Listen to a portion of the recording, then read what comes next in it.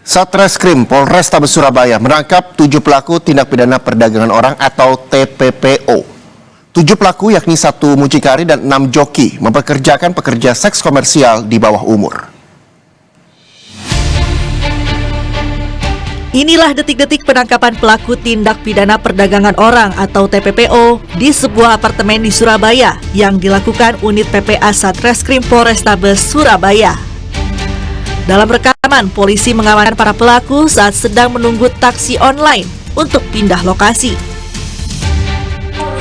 Para tersangka akhirnya dibawa ke Polrestabes Surabaya pada Selasa siang. Mereka adalah YK, perempuan yang berperan sebagai mucikari usia 24 tahun, dan 6 orang joki. Salah satu joki yakni EM tidak dihadirkan polisi karena masih di bawah umur.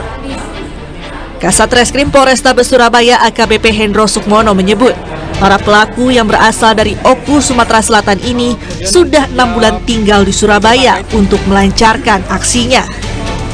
Mereka mempekerjakan 4 gadis di bawah umur asal Sumatera Selatan sebagai pekerja seks komersial. Para korban dipaksa melayani tamu sebanyak 7 hingga 20 kali dalam sehari.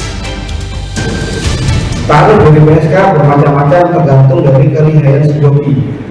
Ada minim 300, kadang 350, kadang 600, kadang 1 juta.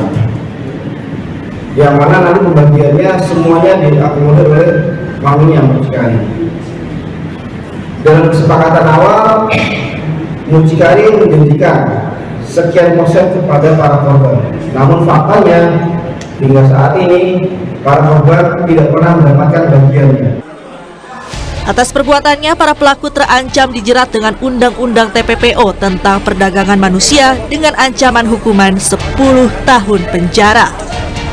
Tim Liputan, Kompas TV, Surabaya, Jawa Timur.